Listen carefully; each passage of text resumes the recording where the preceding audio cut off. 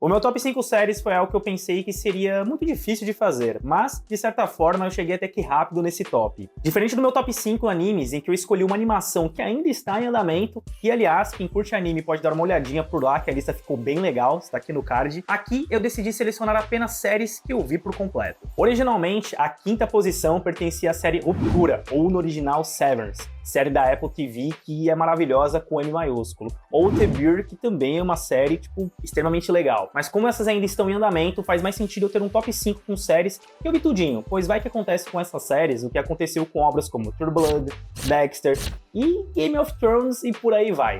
Então é isso, eu sou o Crânio e você está em Interpolação.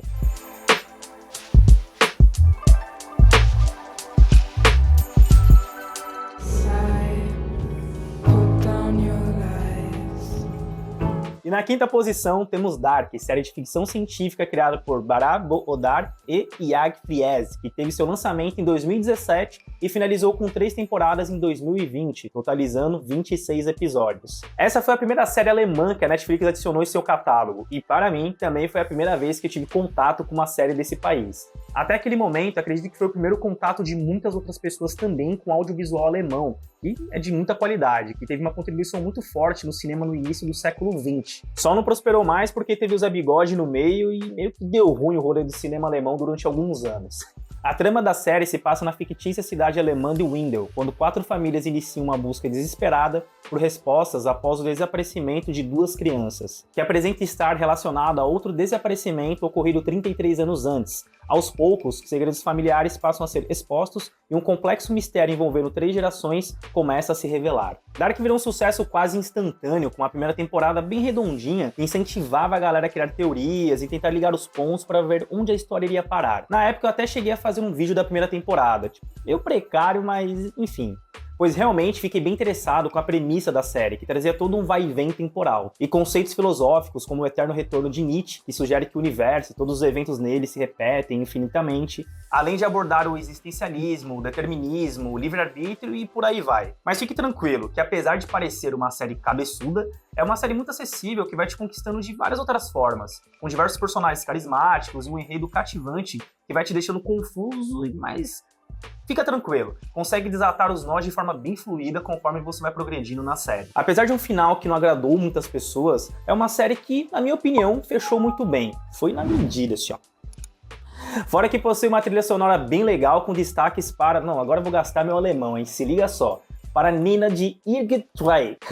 Nossa, que horror. Que foi escolhida a dedo para ser tipo um hino da série. Recomendo que, caso você tenha visto a série, procure a tradução dela, que, é uma tradução bem legal, que faz sentido com o que tá rolando ali nas temporadas.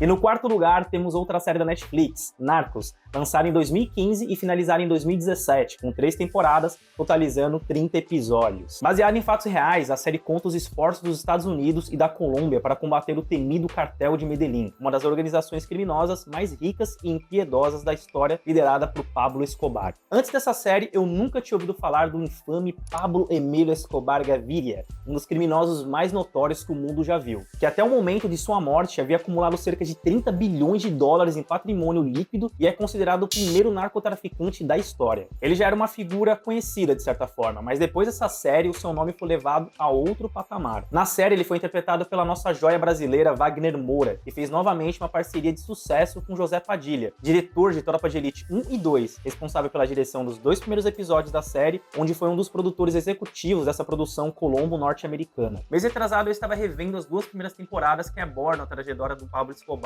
comandando o cartel de Medellín. E realmente a série é muito boa, cara. O que dá um charme especial à série é o seu formato documental, que começa pela abertura com imagens de arquivos, de jornais da época e do próprio traficante, cara, ao som de Twill, de Rodrigo Amarante, música feita especialmente para a série. Isso traz toda aquela atmosfera caribenha, onde há diversas inserções na história com imagens de arquivo que ajudam a contextualizar o que o narrador está nos contando, incluindo fotos do próprio Escobar, fazendo com que o real e a ficção se confundam em alguns momentos. A série se propõe a contar o nascimento e morte do carismático criminoso, que para uns era considerado um herói, que ajudava os pobres, e para outros um homem que levou a Colômbia para uma guerra urbana que tirou a vida de centenas de pessoas. E apesar das críticas que Wagner Moura recebeu por seu sotaque em espanhol, ele entregou uma atuação sensacional, sendo inclusive indicado ao Globo de Ouro como melhor ator em série dramática. Ele constrói um personagem tão carismático, como eu já tinha dito, que mesmo quando a série nos mostra as atrocidades que ele comete, acaba que inevitavelmente acontece uma leve torcida por ele em alguns momentos. Alguns podem interpretar isso como uma romantização de um criminoso, mas no contexto histórico da complexa figura de Pablo, essa torcida faz até que um certo sentido em alguns momentos. A série prende a atenção do espectador até o fim,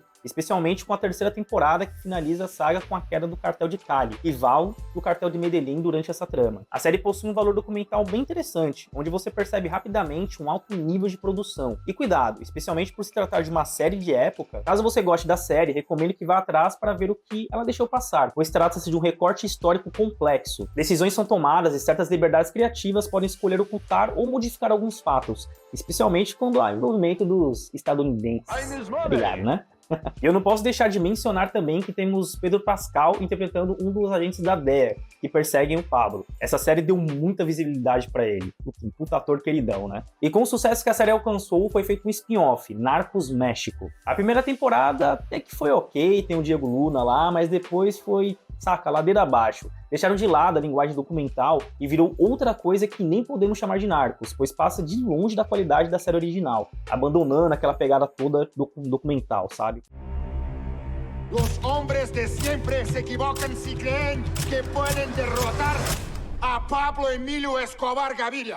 Em terceiro lugar, temos Os Sopranos, série lançada em 1999 e chegou ao fim em 2007, com 6 temporadas, totalizando 86 episódios, exibida na poderosa HBO. Para quem está ligado, sabe que se tem um selo da HBO, muito provavelmente é coisa boa. Os Sopranos foi a série das séries nesse quesito, pois antes dela, a linguagem das séries contrastava muito com o que era feito no cinema. Não é como hoje em dia, onde muitas séries têm uma qualidade absurda, que se confundem com produções cinematográficas, tanto em qualidade quanto em orçamentos. Sopranos foi a série que elevou o patamar e mostrou que era possível criar obras com potencial de rivalizar com o cinema, não ficando somente no estilão episódio da semana, algo muito comum na época. A série acompanha a vida de Tony Soprano, um mafioso ítalo-americano de Nova Jersey, que depois de um ataque de pânico procura ajuda profissional. Ao longo das 6 temporadas, somos levados a um mergulho profundo na psicologia de Tony, explorando temas como poder, lealdade, traição e a luta interna entre a sua faceta violenta e o seu desejo de ser um bom pai e marido. Para quem curte o subgênero de máfia, Os Sopranos é uma obra obrigatória de conhecer, especialmente se você é fã de O Poderoso Chefão e Os Bons Companheiros. A série é repleta de personagens extremamente cativantes, com atores maravilhosos, como a mãe de Tony,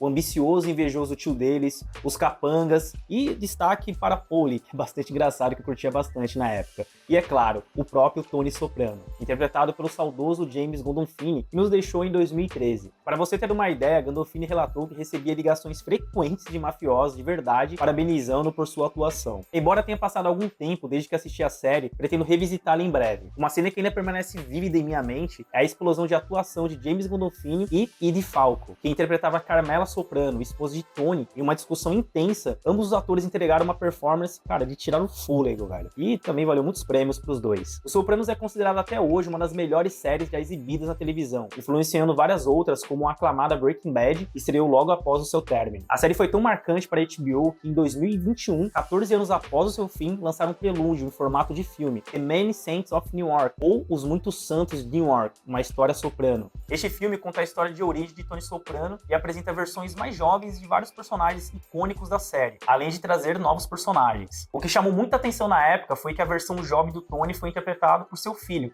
que é a cara do pai, velho. Tipo, incrível. E naquela época já tinha falecido, né? Enfim, se você ainda não viu Sopranos, corre para ver essa pérola do audiovisual.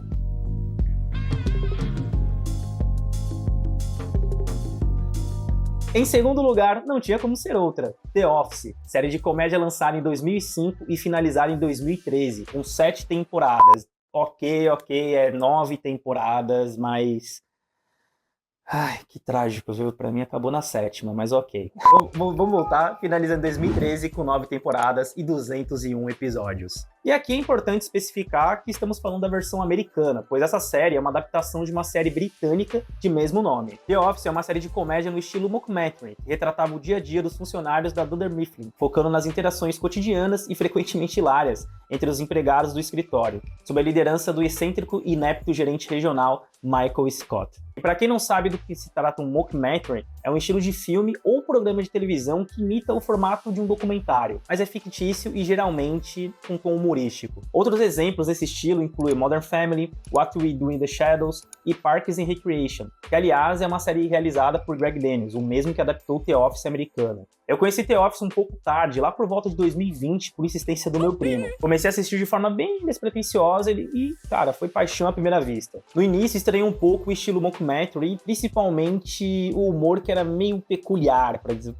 vamos dizer assim, né? Acho que a melhor definição que eu posso dar é o desconforto, especialmente na primeira temporada, onde muitas pessoas dizem ter um pouco de dificuldade para acompanhar. Apesar de ser engraçada e até um pouco mais pesada, ainda não tinham acertado no personagem que seria o coração da série, Michael Scott, interpretado pelo genial Steve Carell. Ele é um personagem impossível de não se apaixonar com o tempo. A partir da segunda temporada, eles acertam mais o tom da série e a cada temporada vai melhorando. Para falar a verdade, apesar da primeira temporada ser um pouco diferente, eu acho bastante divertida. Quando você termina a série e revisita ela até melhora, cara. Mas apesar de Michael ser o personagem central da história, a série traz uma riqueza enorme de coadjuvantes que muitas vezes roubam a cena de uma forma que é sempre divertido perguntar para quem já viu quais são os seus personagens favoritos. Geralmente a resposta gira entre Michael, Dwight, Reed e Stanley. Além disso, há participações especiais na série como da Amy Adams, Idris Elba, Jim Carrey, entre vários outros. No quesito sitcom, The Office é sem dúvidas uma das melhores séries que eu já vi. Como, por exemplo, episódios memoráveis, como na bolsa de estudos para crianças carentes.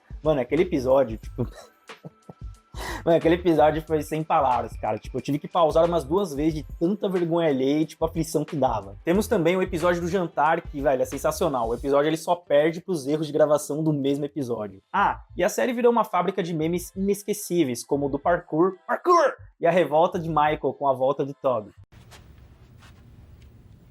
No, God! No, God, please, no! No! No! Não! Mas enfim, The Office é aquele tipo de série que aparece de tempos em tempos, onde as estrelas se alinham e nos presenteiam com uma obra maravilhosa que, pelo menos pra mim, surgiu um momento que eu precisava me distrair um pouco e me divertir, cara. E antes que eu me esqueça, foi anunciada em 2024 uma série derivada com o mesmo nome, que será realizada pelo mesmo criador que adaptou The Office para os Estados Unidos. Oh my God! E antes de irmos para o primeiro lugar, vamos às menções honrosas.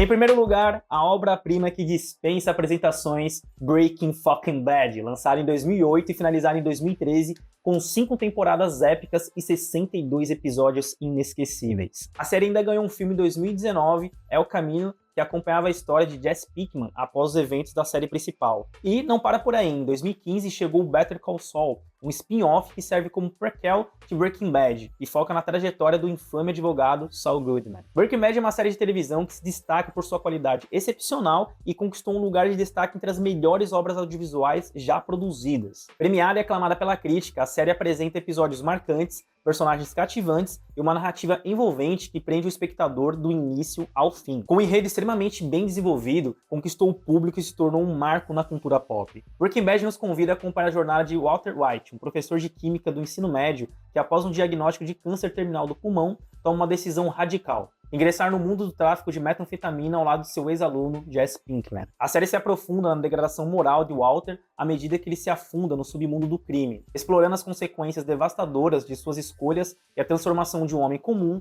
em um implacável barão das drogas. Eu demorei um tempo para rever a série porque eu queria esquecer o máximo que eu pudesse e me surpreender ao máximo possível. A cada episódio, a sensação de novidade se mesclava com a nostalgia, proporcionando uma experiência única. E dessa vez com um olhar mais atento e crítico que a experiência na área de audiovisual me proporcionou, pude captar nuances que antes me escapavam, como por exemplo, a crítica ao sistema de saúde predatória dos Estados Unidos, que revela um dos pilares da narrativa, a situação precária de Walter à beira da falência e sem acesso a um tratamento adequado para o câncer, serve como um soco no estômago e um lembrete cruel da realidade vivida por milhares de estadunidenses. Lembrando que lá não existe SUS, hein? E com essa crítica como faísca propulsora, a série vai além. A jornada de Walter White, do professor de química pacato e amável ao implacável e cruel Heisenberg, é um estudo de caso fascinante sobre a moralidade em xeque e os limites da ética. Rever Breaking Bad foi como desvendar um novo capítulo de um livro que eu achava ter lido por completo. Cada cena, cada diálogo, cada personagem me proporcionou novas reflexões e me fez admirar ainda mais a genialidade dessa obra. E vale ressaltar que Better Call Saul vale muito a pena ser visto também. E foi meu primo novamente que me convenceu a assistir a série. Eu confesso que torci um pouco o nariz quando foi anunciado.